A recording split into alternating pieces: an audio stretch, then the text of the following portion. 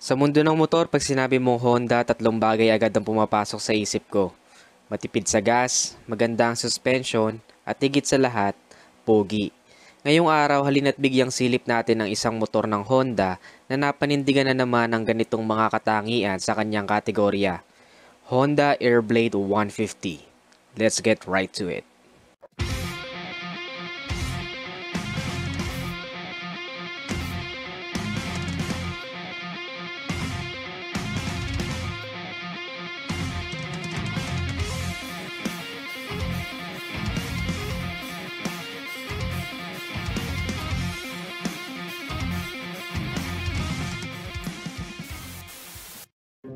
Ang pinakapaborito kong itsura niya ay tuwing gabi dahil dito mas lumalabas ang ganda at ang pogi ng kanyang itsura. Yung headlight niya, yung taillight niya, all LED, kaya talaga namang head turner sa mga makakasalubong. Especially itong Galaxy Black na nakuha ko dahil talaga nag-i-stand out yung ganda ng ilaw. Pa sa mga nagustuhan ko ay ang kanyang seat height, very friendly sa mga height ng Pinoy. Kahit 5'3" ay abot na abot ito ng walang kahirap-hirap.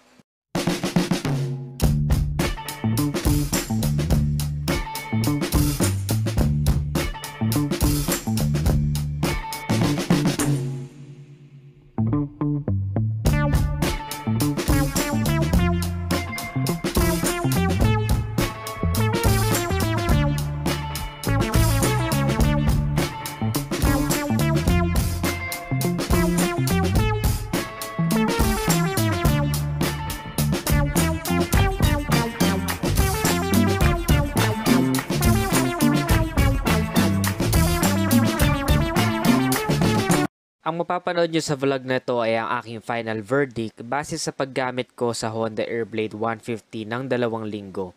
Kung nais ninyong malaman ang iba pang detalye kagaya ng specs and features ng motor na ito, ay maaari ninyong panoorin ang aking mga previous vlogs na nakalink sa description box. So yun guys, OTW ako ngayon Tagaytay with Honda Airblade 150. Nagpagas ako from empty, 1 bar yan kanina. Ayan, 1 bar yan kanina. And nagpa full tank ako. Eksaktong 140 pesos yung nagastos ko sa full tank from 1 bar sa empty na fuel. Tapos full tank 140 nagastos ko.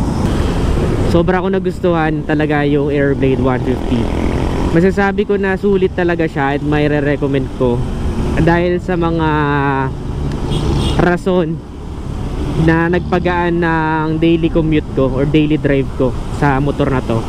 Una sa lahat, ma-appreciate mo talaga yung mga automatic na motor sa mga ganitong situation, kagaya niyan traffic situation, lagi kang singit ng singit or hinto ng hinto kasi twist and go ka lang twist and go ka lang sa automatic na motor hindi mo kailangang mag-clutch, hindi mo kailangang magtimpla ng clutch.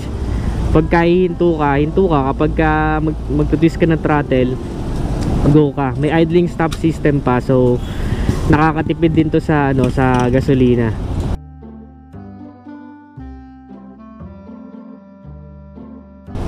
So far sobrang nagustuhan ko, lalo na sa acceleration tsaka sa ganda ng suspension niya. Kasi hindi ka mag-aalangan na bumirit. Kasi alam mo maganda yung suspension kumbaga kung may hindi na-expect na lubak, hindi ka mag-worry kasi kaya-kaya niya i-handle. Paano ko nasabi? Kasi galing ako sa ibang motor siklo, and ang mga napansin ko is minsan ang namahad lang sa akin para mag high speed is yung suspension. Ibig sabihin kapag may lubak ako na hindi inaasahan, mapapapikit ka na lang.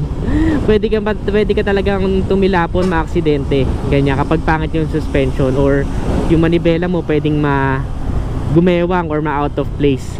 Yun yung problema doon. Kaya eto, yung ganda ng suspension nito, sobra kong na-appreciate. Tapos isa pa yung acceleration guys. Kaya yung sinasabi ko sa inyo na kung beginners kayo, mag-umpisa kayo sa small displacement para ma-develop nyo yung mga small driving habits na napakaganda, mga driving strategies, pagsingit-singit sa traffic, braking strategies, yung tamang throttle control, ma-practice nyo siya lahat kapag nasa small displacement kayo ng motor. Ako kasi coming from 125cc, sobrang kitang kita ko yung difference ng 150cc na to na Airblade. Kasi ano ito yung talagang masasabi mong solid na hindi ka mag-aalangan na mag-overtake. Kasi konting piga mo lang ng throttle, sobrang responsive niya, torquey, no? Ganda na acceleration niya, hindi ka talaga maiiwan, hindi alanganin yung mga overtake mo. Isa pa, gusto ko yung size niya. Yung size niya hindi siya sobrang liit, hindi rin naman siya sobrang laki, nasa gitna siya. Yung bigat niya, yun ang pinaka sa akin, yung isa sa selling point niya is yung kanyang weight. Kasi it makes me stable pagdating sa high speed, no? Hindi siya sobrang bigat, kasi ang motor kasi mas mabigat, mas stable yan sa high speed Ito nasa sakto yung niya, yung ratio niya, yung speed to weight ratio niya, saktong sakto, solid para sa akin. Kapag medyo pogi yung motor mo, medyo mahirap linisin yung mga sulok-sulok, no? Kaya kailangan mo talaga ng pressure water pressure para maabot mo yung mga sulok-sulok. Kahit tubig pa lang, ma-wash out na niya yung mga wash away na niya yung mga dirt. Ayun yung isa ko sa napansin. And also sa 2 weeks na nasa akin tong motor na to, napalapit na siya sa akin, talagang sobrang nagustuhan ko siya, to be honest. Yung suspension niya, it's not the best of Honda. Meron tayong Honda ADV iba pa rin yung suspension nun incomparable yun, kasi halos na yun parang iba na yung offer niya, di ba? For touring talaga siya. Pero ito, as a daily commute, sobra solid. Sobrang, ako mismo na pinahiram lang sa akin to for the sake of a review, ako mismo is nainganyo or na persuade na maging daily commute ko to, kasi hindi ka talaga mabibitin unlike sa sa 125cc, medyo nakakaramdam ako ng bitin pagka sa mga overtake. Pero ito hindi. Plus the fact na matipid siya sa gasolina. Ito, tingnan nyo, testing natin yung speed ko.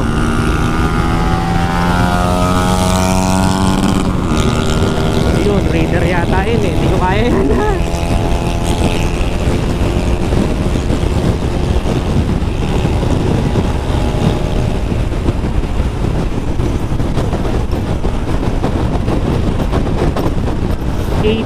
80 na hindi mo na nag-80 siya na hindi ako nalulula or hindi ko man lang napapansin. Talagang it will give you confidence kasi nga ang ganda ng suspension niya. Yun yung kahalagahan ng magandang suspension, guys. Kaya isa yan sa mga possible na tignan ninyo sa mga reviews kung maganda yung suspension ng motor. Bibihira din kasi, guys, yung mga moto vloggers or reviewers na marunong tumingin ng magandang suspension. So yung suspension nito, masasabi ko na above average na siya compared sa ibang motorcycle na na-try ko. Solid, dual shocks pa. Nararamdaman mo pa rin yung lubak, pero hindi ganun kagrabe. Isa pa sa mga napansin ko dito, guys. Teka lang, sipak tayo ha. So, tingnan mo, sobrang tahimik nyo. Bumibilis ka na lang na hindi mo namamalayan dahil sa sobrang tahimik ng kanyang ng kanyang exhaust.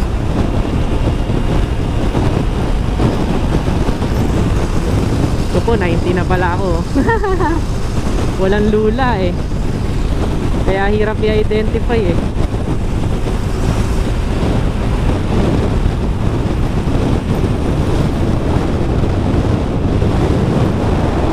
Ito naman isa sa mga points for improvement, hindi naman lahat ng motor, hindi perfecto ang mga motor, marami talagang points of improvement din, mga room for improvement para sa motor. Una ko napansin is yung leg room. Yung medyo bitin yung paa mo kasi hanggang dito lang, so very upright position yung offer niya. Mas magiging perfect sana to kung may offer siya na parang pang cruising style ng konti. Yung pwede mong ano yung paa mo dito, yung parang sa mga ADV, sa PCX, wala siyang ganung offer eh. Talagang hanggang dito lang. So upright sitting position, very comfortable naman yung upright sitting position. Kaya lang kapag ka yung tuloy-tuloy yung kalsada, parang hinahanap ko yung cruising style. Yun yung masarap dun eh, sa mga motorsiklo na may footrest na ano, pang cruising style. Kapag ka high speed ka na, mas feel na feel mo. Isa pa pala nagustuhan ko while driving, yung kanyang side mirror, effortless. Sakto yung tangkad niya, hindi sobrang tangkad, hindi rin overextending na tipong sasayad ka na sa mga makakasalubong mo or makakasabayan mo. Parang ano eh, saktong sakto eh. Hindi ko to ginalaw simula nung dineliver sa akin to ng Honda. Pero yung ano niya, yung point of view ng side mirror niya, talaga solid guys. Talagang kitang kita mo yung mga nasa paligid mo, nasa likod mo, nasa gilid mo. Very safe. Ginagamit ko lagi yung side mirror kapag overtake ako, magmamabilis ako, magche-change lane ako, kapag liliko ako. Lagi kong ginagamit. Gamit na gamit kasi sa akin ng side mirror. Kaya hindi ako pwedeng tumakbo ng walang side mirror. At hindi rin ako nagpapalagay ng mga side mirror na forma lang. Yung bang tipong wala ka nang makita for the sake na pang forma lang at di ka lang mahuli na may side mirror. Kasi ako kahit stock na ganyan, yung iba kasi pag matagal na nagmumotor, gusto nila aesthetic ng walang side mirror or maliit lang side mirror or kaya naman handlebar side mirror. Okay din sa akin yun, basta nakikita mo, basta may purpose, hindi yung forma lang. Ang hirap kasi ng ganung setup eh, yung parang forma lang yung side mirror. Isa din sa medyo alanganin ako sa motor na to is itong panel gauge nya. Wala siyang voltmeter and medyo naliliitan ako sa kanya to the point na kapag ka diretso ako tingin, bawa hindi ako nakayuko ganito, normal riding position, malamang kita sa camera kasi naka super view ako eh, pero sa driver's point of view, ito talagang paningin ko. Kapag nakaganito ako, nahaharangan na siya ng chin ng helmet ko, yung baba ng helmet ko. So hindi ko siya nakikita kung gano'n na ako kabilis. Kailangan ko yumuko talaga at tignan siya. Pero hindi naman siya ganun ka big deal dahil kapag ka naman nagda-drive tayo, hindi naman tayo laging sa speedometer or sa panel gauge nakatingin eh. Sa kalsada naman tayo nakatingin eh. Pero ako kasi may mga motor kasi na kita mo agad, no, kahit na sa peripheral view mo lang or hagip siya ng view mo kahit nakatingin ka sa kalsada. May ganun kasing motor. So isa yun siguro sa wishlist ko na sana medyo mas malaki yung display or what, para mas kita yung ano niya, display niya. Though gusto ko sa kanya kahit direct sunlight, kitang kita mo siya. Gusto ko yung combination na yan ng color blue and white. Kitang kita mo siya very straight up. Ayan o, paahon. Sobrang walang kahirap-hirap sa paahon. At least on my weight, kasi 62 kilograms lang ako. Pero compare sa 125cc, of course mas maganda yung offer niya, mas maganda yung bigay niya. Kaya nga 150cc eh. Kaya I can't imagine kung mas mataas pa doon yung offer. Pero kasi kaya tayo naglalaro sa 100cc, 110cc, 125cc at saka 150cc or 155cc. Ayan kasi yung mga the best for daily commute, diba? Mabibigyan niya sa'yo yung power na kailangan mo for a daily drive. At the same time, hindi ka mamumulubi sa gasolina. Yun kasi yung offer niyan. Kaya kung bakit nagtataka ka, sa kalsada ang mga motor puro ganon cc. Kapag big bike, ibang category na yan. Iba na yung habol mo dyan eh, sa big bike eh. For speed na talaga yan eh. Yung iba for touring, iba na yung offer niyan. Pero for typical Filipino, iba siya. Speaking of speaking of which na typical Filipino, itong bike na to guys, masasabi ko nasa premium side na. No, masasabi ko nasa premium side na siya, or slightly above average na yung category niya for me. Kasi mostly sa mga motor ngayon, nasa 125cc and below. diba? Ito kasi nasa 150cc category na. So medyo above, kasi dahil nga yun yung majority ng motorcycle driver, medyo above na siya. Konti, ibig sabihin mas konti kayo na may ganito. Kung sakali mang naka airblade kayo, mas konti kayo na may ganito. Eh yun yung nagustuhan ko sa kanya guys, kasi pag tinignan mo siya, sobrang lakas niya mga pogi. Yun yung ano ko, napansin ko sa kanya guys. So yung mga ano, medyo feeling mo hindi ka pogi ng araw na to, no, medyo bad day ka, pag sumakay ka ng airblade, pogi ka. Yet, at least on my feeling kasi ano ewan ko, sobrang naastigan ako sa motor na to. Alam mo yung kapag ka bago yung motor mo, tapos halimbawa ayan, may sasakyan sa unahan, tapos may reflection ka dyan na nakikita mo yung sarili mo. Grabe, puging-pugi ako kasi parang, diba, tas naka-complete gear ka pa, nakapang motorcycle gear ka pa, lakas makapogi nun guys. Hindi nakakapogi yung walang helmet Kala nyo pag walang helmet nakakapogi yun. Hindi nakakapogi pag nadisgrasya ka, kawawa ka. So yun, yun isa ko sa gustuhan sa kanya, yung looks niya, yung aesthetics niya, yung premium ng feels niya, yung pride of ownership na tinatawag natin, na kapag meron ka nito, wala kang talo. Aray, naku, muntik ako dun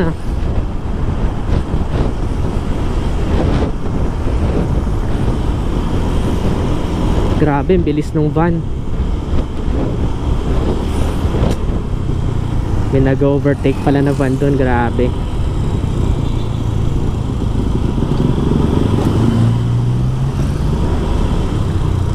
Ginagawang motor ang van kasi close call, close call.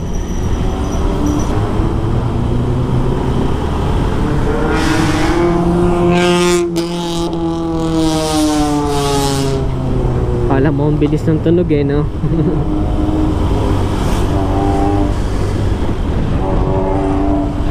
Ang ganda ng tunog, ang bilis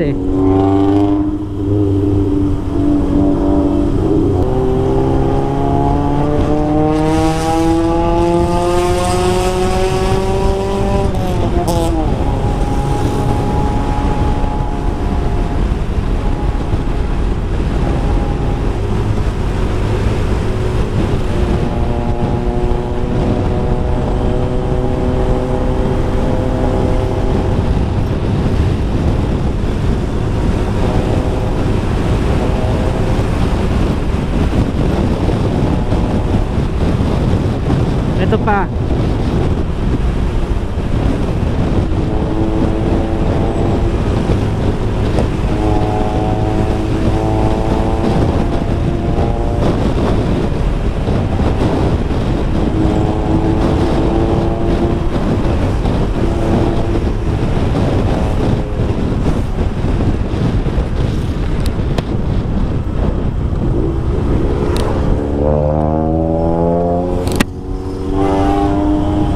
Ito pa pala, napansin ko, hindi naman sobrang dulas ng gulong niya kagaya ng inaasahan ko. Akala ko kasi ang gulong nito is sobrang dulas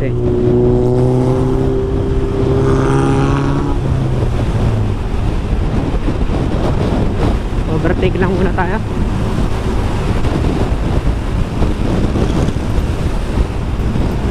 Grabe bilis.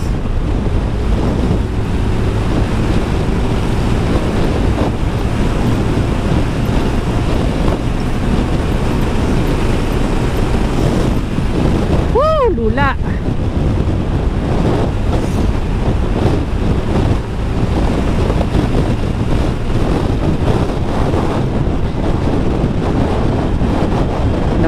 Nalulula pa din ako sa high speed pag pumatak na ng 90 ng 90. Kasi yon personal na yon. Ako na yon.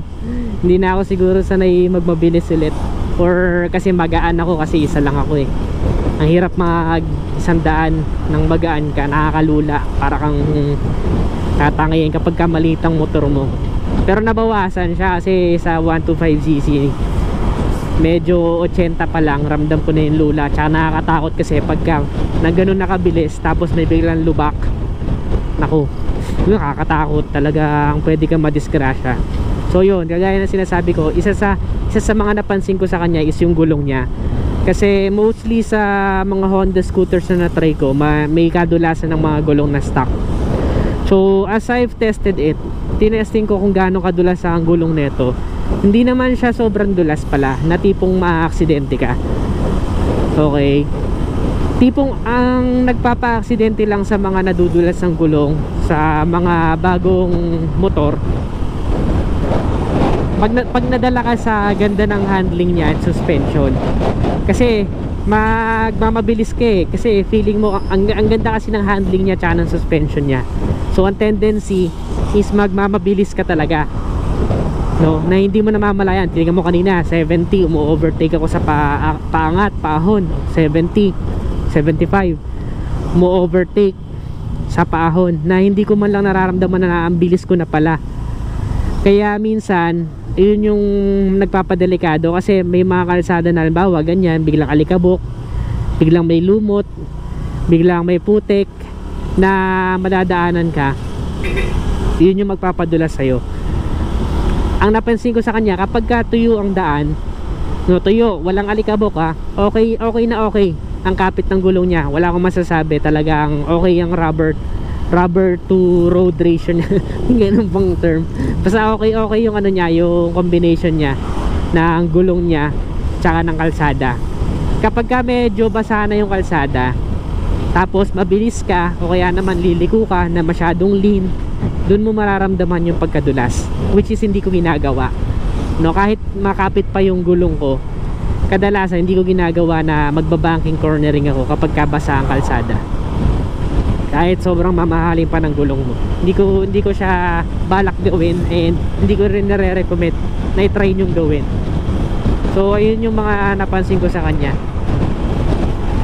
Pero for everyday, for touring, for long rides, talagang okay to talaga as your main scooter, your main motorcycle. Talaga gusto ko siya personally. Ako naman, kapag ka nagre-review ko ng motor, based on personal taste, personal opinion, no, kapag ka hindi ko nagustuhan, hindi ko talaga nagustuhan. Kapag nagustuhan ko, talaga nagustuhan ko. And ito talaga isa sa mga nagustuhan ko, guys. Kaya nga natutuwa ako kasi, di ba, as you all know, nagaling ako sa Kawasaki, sa Yamaha. Tapos recently, itong mga nilalabas ng Honda, sobrang gaganda. No, una ako na fall in love, pride at first sight, sa Honda ADV 150.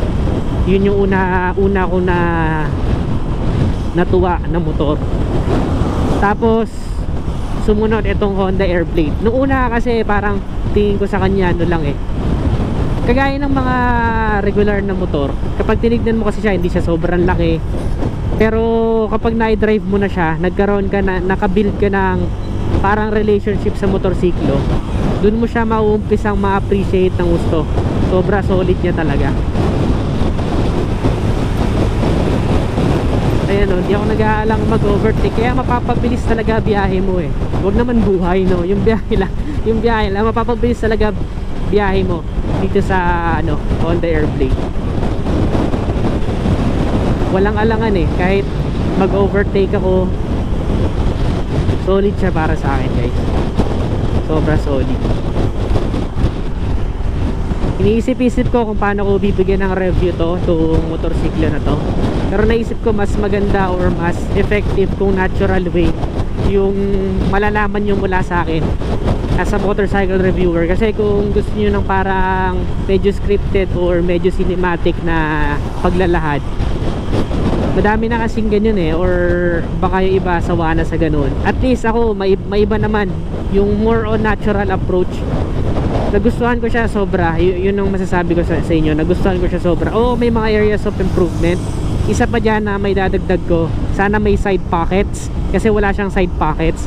Pero the fact na nandyan yung fuel niya, napaka effective nun nung placement ng fuel niya, kasi hindi ka natatayo, no? Pero ako tumatayo pa rin ako minsan kasi for the sake na mas safe. Pero mostly hindi ka natatayo para buksan yung upuan, so big help. Tapos isa pa sa nakikita kong pwedeng i-improve sa kanya is yung kanyang charging port, kasi nasa loob ng upuan yung kanyang charging port. So mas maganda or mas ma-appreciate ko kung naandito sana sa labas. Kaso nga lang, yun nga, wala rin bulsa. So mas okay na nga rin nasa loob, diba? Ano, mas magaling pa ba tayo sa mga engineer nila? Ayun lang, as a user, no, as a rider, ayun lang yung mga opinion ko. Ang upuan okay na okay din, no. Medyo maninibago ka kasi medyo hindi siya kasing lambot ng mga nakasanayan. Pero ang gusto ko doon is comfortable pa rin siya. Sakto lang yung lambot niya, no. Hindi naman siya tipong nakakangalay. Pero hindi ko pa natatry ito ng hours and hours of travel, mga 2 hours. Siguro doon makakaramdam ako ng lower back pain pagka sobrang haba na ng biyahe. Lahat naman halos ng motor masakit sa puwet eh. Wala namang motor na halos wala kang mararamdaman, di ba? All throughout motor pa rin yan eh. At the end of the day, kaya ka nga nagmumotor, you want yourself to be engaged. Ayan, talagang engaged ka talaga sa mundo. Iba kasi kapag ka nasa 4 wheels ka, parang nasa loob ka ng cage eh, na umaandar, no? Parang bahay na umaandar. Unlike pag nakamotor ka, engaged ka talaga sa world eh, sa nature, yung hangin, langhap na langhap mo talaga. Polluted man yan o maganda, langhap na langhap mo talaga yung hangin. Isa yun sa mga nagustuhan ko sa pagmumotor. Engage ka talaga. Tapos after the long ride, makakita ka ng mga gagandang views. Priceless, very priceless. So yun lang, balik tayo pag nasa Tagaytay na ako para